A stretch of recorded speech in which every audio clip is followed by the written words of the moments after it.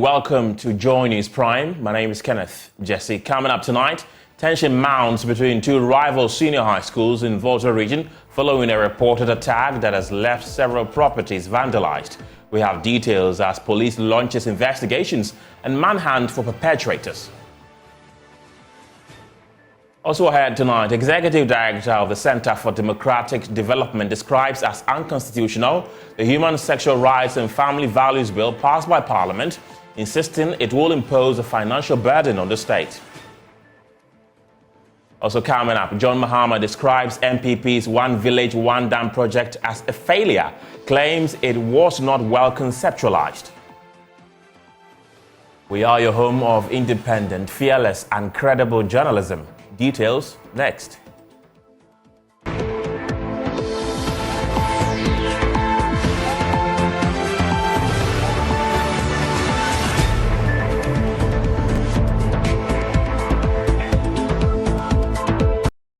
We begin this bulletin from the Volta region because there's tension mounting in that region between two rival senior high schools following a reported attack that has left several properties destroyed. The commotion, which happened in the early hours of Sunday, was triggered by the destruction of Sogakofe Senior High School's gate, allegedly by its rivals, Comboni Vocational Technical Institute in the South Town District. Here's the headmaster of the Sogakofe Senior High School explaining circumstances leading to the incident. Let me assure you the situation is almost under control now. Some arrests have been made this morning. Okay. With the police and then the BNI. Yeah, so those who were actually behind the destruction, 4 of them have been picked, others are on the run. Yeah, so the 4 that have been picked are assisting the police with the rest. Together with 4 additional town boys who happen to be all students of Comboni as well, which we suspect they were hired to assist them.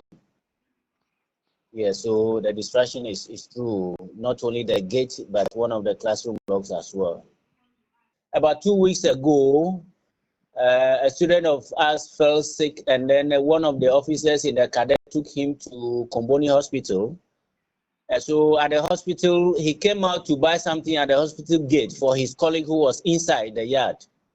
So when he came out to buy something from the vendors there, 3 Comboni students accosted him that he should tuck in his shirt.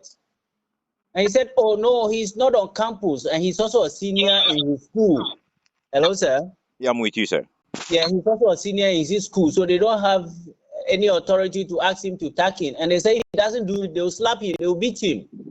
And so realizing that he was alone and they were 3 and then for maybe any other thing, so he complied and he knelt down. So whilst kneeling down, they took videos of him with all the nonsense questions they were asking me here and there. So he was also answering. And later, these videos that they took of him, they posted it on their platform that they have conquered Sogakofe. Right, so joining me on the telephone lines is Newman Georgiava, who's the headmaster of Sogakofe Senior High School. Welcome to the program. From the last time you spoke to my colleague Carlos till now, has there been any new development? Yes, thank you, listeners, and thank you for the opportunity. There has been a new development. The DISEC, that is the District Security Committee, is meeting tomorrow at 11 a.m. To discuss the way forward as far as this issue of Sogakofe versus Combotech is concerned.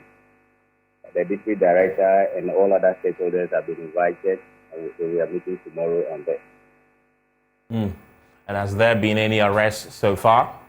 Yes, please. As I indicated earlier in the morning, the 4 students who are currently in the grasp of the police are investing the police in their investigation.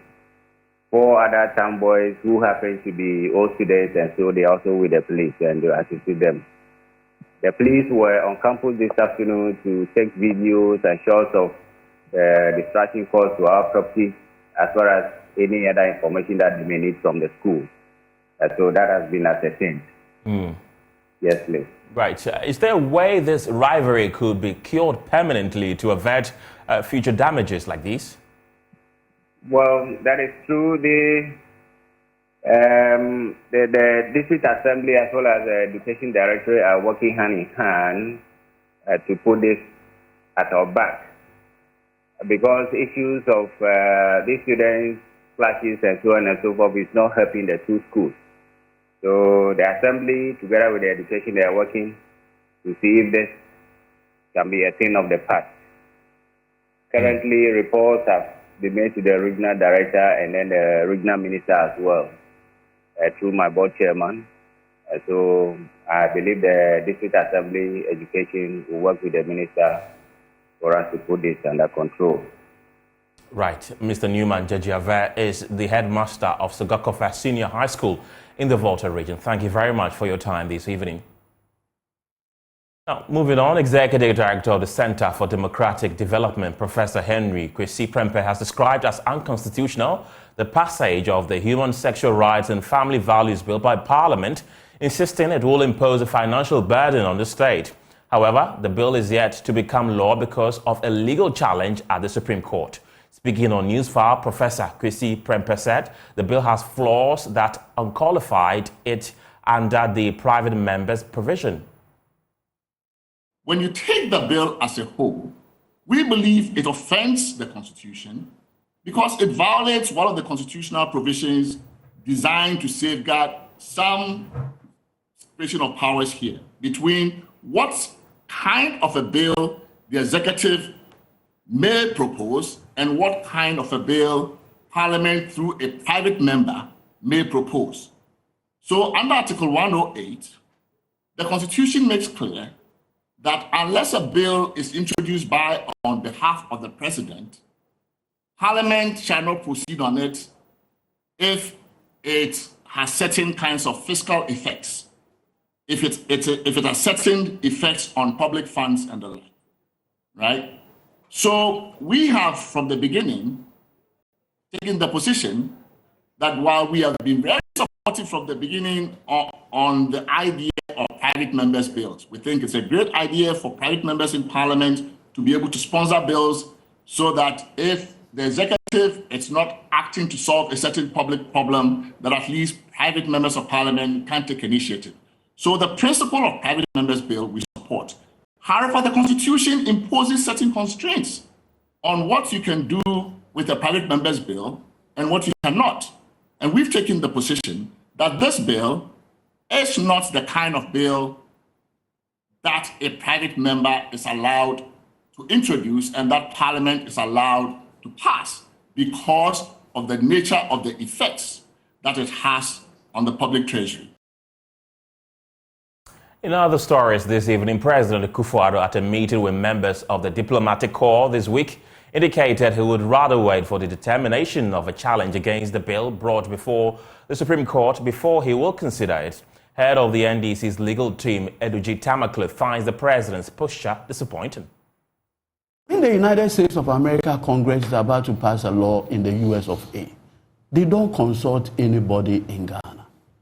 Our relationship with the United States of America or the UK is one that is founded on mutual benefit. Look, Samson, look at the number of United States of America investment in Ghana, either in the oil sector, mining, or whatever. So the relationship is one that is even beneficial to them. Whatever we get from them, it is not something they give to us because, quote unquote, we are a beggar nation. Is it not curious that a government that for 7 years anchored its economic policy programs on the basis of Ghana Beyond Aid is now using aid as a basis for the president to deny his constitutional responsibility? And even what is even more curious is this posturing by the president to behave as though he is Pontius Pilate. I will not do it.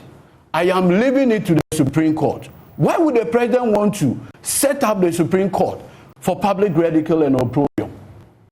Because there are questions that requires executive decision. Assent to the bill. Do that. That is your responsibility.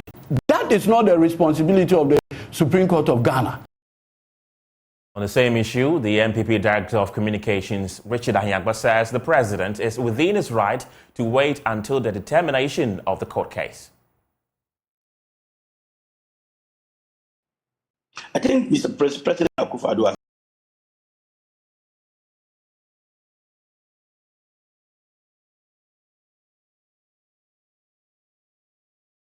beyond the economic agency, on which basis you can compare this LGBTQ to the e-levy. Beyond that, Samson, the LGBTQ law that have been passed carries weight in terms of our morals and our culture and the determination we are making in our democracy to grant people space for freedom. It has consequences for people's rights. So if you are a president seeking to sign that bill, you must be clear in your mind that every consideration for every possible right of people have been considered. And you sign that only upon that satisfaction. So you don't do that arbitrarily. You don't do that because LG is standing in the fence to criticize you, so you sign it. You don't do that on the basis that former President Mahama, who I can tell you immediately will flip-flop on the position that I support it, will criticize you for it. You sign it because you have done due diligence, you have weighted all the consideration and seen that ultimately this will promote social good, will advance the cohesion of our society, then you sign it. So there is no hurry at all. You give it every time, every consideration. You don't think the to be able to arrive On your election headquarters tonight, flag bearer of the National Democratic Congress, John Dramani Mahama, has described the NPP's flagship program, One Village, One Dam, as a failure.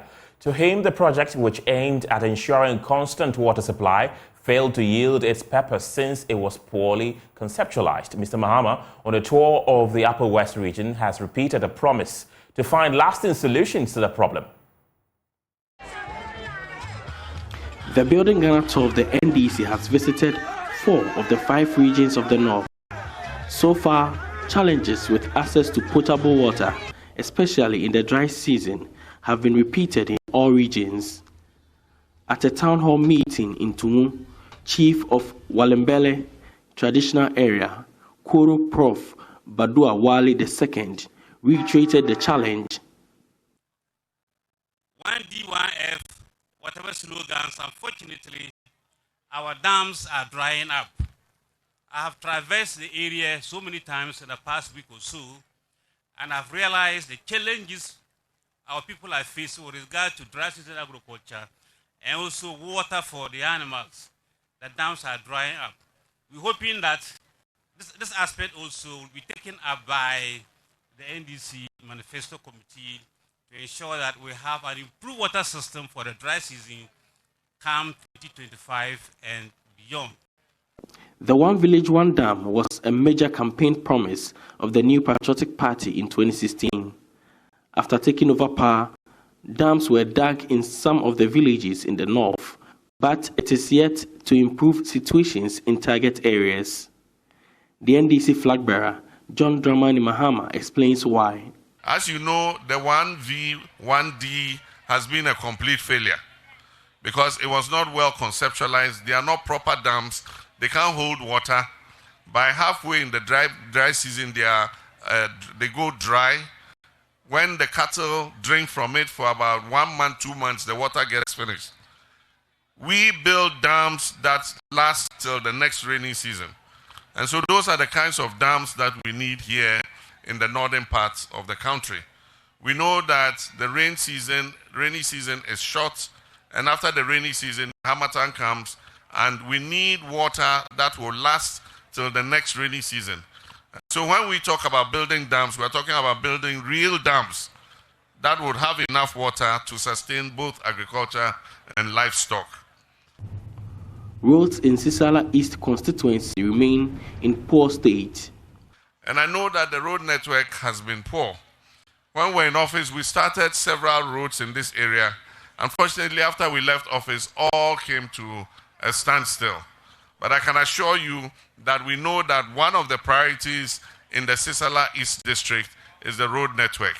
And so I can promise you that when we come, we will do our best to make sure that we fix the roads so that you can move the farm produce all over. the NDC flag bearer held separate town hall meetings at Lambusie and Nandom. For Joy News, Nanaya Ojima, Upper West Region. Still on your election headquarters, flag bearer of the All People's Congress, Hassan Ayariga, has taken a swipe at President Akufo-Addo, who says he's proud of his achievements over the last 7 years as leader of Ghana. According to him, despite the economic and social challenges, his government has not betrayed the trust and expectations of Ghanaians. But Mr. Ayariga says the claims by the president are not justified. We can now listen to Nana Akufo-Addo in his address to the diplomatic corps in Peduase. As you all know, this year is an election year. On 7th December, the Ghanaian people will elect a new president and a new parliament. The term of the present parliament expires at the end of the year, and I'm in the last year of the permissible 8 years that a citizen can exercise the of president. The Akufo-Addo-led government is clear about its obligation and duty to ensure that the impending elections are conducted in an atmosphere of peace and security, in full transparency and respect for the electoral laws of our country. I am confident that the security agencies will be alive to their responsibilities and will ensure that the free will of the Ghanaian people in their choice of national leadership will be manifest. We cherish our reputation as a beacon of democracy on the African continent, and the forthcoming elections will reinforce this reputation. Excellencies, I want to state, in conclusion, that in all modesty, I am exceedingly proud of my record in office. Let's listen to Mr. Ayariga's response countering the claims by the president. I think President Akufo-Addo has done so well for himself, and I don't think he has done so well for Ghanaians. Why I say it is that he's exhausted his leadership skill, and I don't think his leadership skill is enough to turn Ghana around. We all know where we are. He himself has admitted that Ghana is down, and yes, Ghana will rise. He's saying that Ghanaians should blame him and not blame his vice presidential candidate. I think we all now know where Ghana is. I don't think President Akufo-Addo has so much to tell Ghanaians, because where we find ourselves is a serious mess, and we will need the savior to take us from this. So I don't think that President Akufo-Addo should be touting his achievement. He had the opportunity to do that, but he did not. The D-Day of Sona, when he was given the opportunity to tell us the state of the nation, he could not say anything about the state of the nation. So I don't think that he should tell us that he's touting his achievement with a small lecture that he's doing now. The whole world was watching him. If you fail to shine on that day, don't waste more money putting up another platform to tell us that you are telling us how to. Right.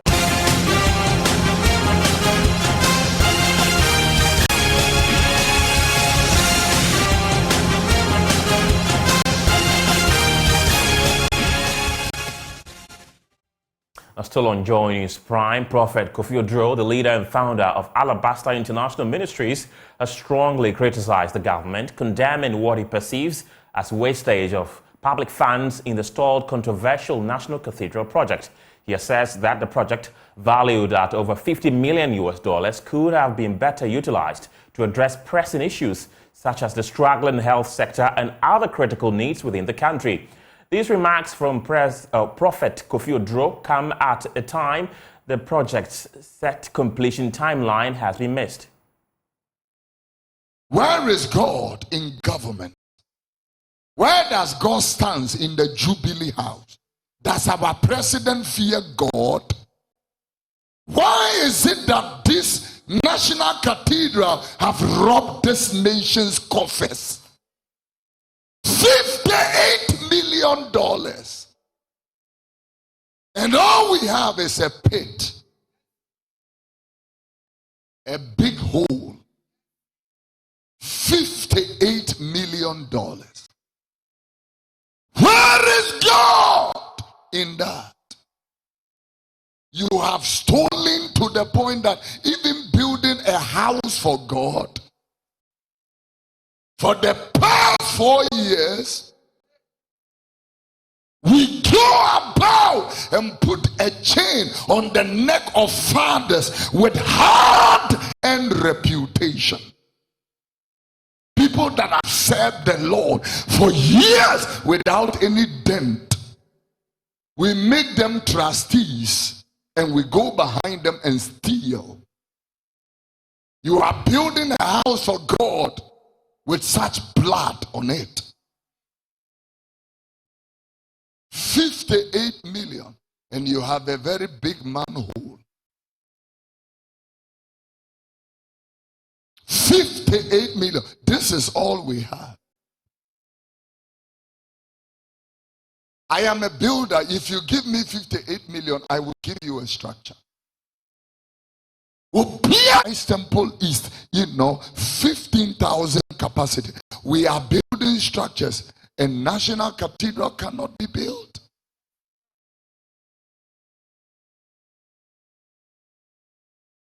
Our brothers, the Muslims, never spend 1 cent from national coffers. They have built a national mosque. We are here fighting to take national money. You don't have hospital. The news returns shortly after this break.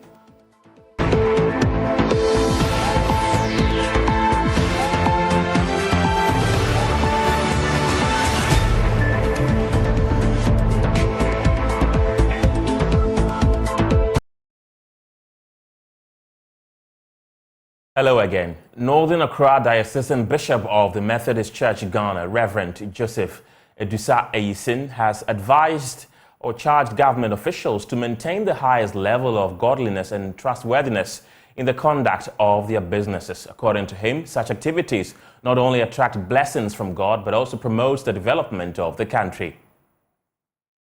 The Resurrection Methodist Church in Adenta, in climaxing its 30th anniversary celebration, dedicated a newly built chapel. The colorful celebration of teachings, among other week-long programs, saw the display of love and affection among church members. Addressing the press at the 30th anniversary of the Resurrection Methodist Church, Very Reverend Isaac Kwesi Akwa indicated that the involvement of the God factor in the national development agenda is key, adding that God must take a center stage in the lives of government officials and the citizenry. We cannot put the Bible aside and live a transformed life. Righteousness exalts the nation. And so if we put the scripture aside, nothing, we can't do anything unless we allow the word of God to mold us. And that is more reason why in the beginning God gave us the commandment. Well, time is running out for 2-year-old Sedinam K. Jila, who requires a multi-life-saving corrective surgery. The boy, born with complex medical conditions, currently cannot walk or crawl due to advancing scoliosis. His doctors say he urgently needs 120,000 Ghana cedis to survive. His parents, who are pupil teachers, cannot raise the much-needed funds and are appealing to the public for assistance. Carlos Coloni has the rest of the story.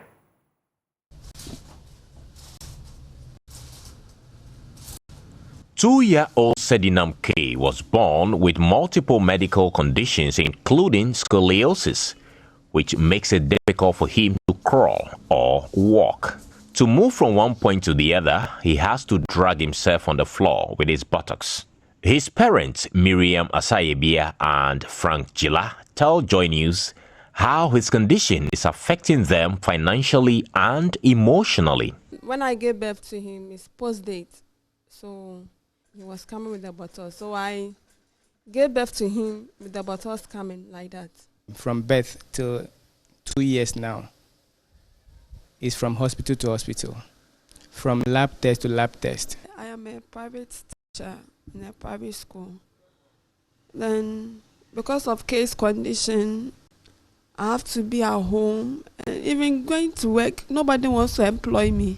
Dr. Kojo Pokuyanki, a neurosurgeon attending to Sedinam at the Focus Hospital in Accra, said the 2-year-old boy urgently needs about 120,000 Ghana cedis for a multiple complex long-term corrective surgery. He has a syndrome, so he has multiple anomalies. So he has a spine deformity, he has lower limb anomalies, including contractures and then a clubfoot. And then he also got a hip problem for the dysplasia of the hip. Sedinam's condition requires that we do like multiple surgeries. For his age, what he requires, we call that growing rods. So growing rods allow us to correct the deformity currently, prevent the deformity from progressing, and also allow the child to increase or grow while he still has the instrumentation in place. So what we do is we hold the upper part of the deformity, we put some screws in the upper part, we put some screws in the lower part, and then in between we have rods which can lengthen. So once we put in these growing rods, every 3 months it requires lengthening so that he can increase in height. We'll have to do this probably for a period of 4 years. By the end of 4 years, the rod would have exhausted the length of the rod, and then we'll have to change the rods. That's all for the news tonight. My name is Kenneth Jesse. But for more news, you can log on to myjoyonline.com. Thanks for watching. Have a good night.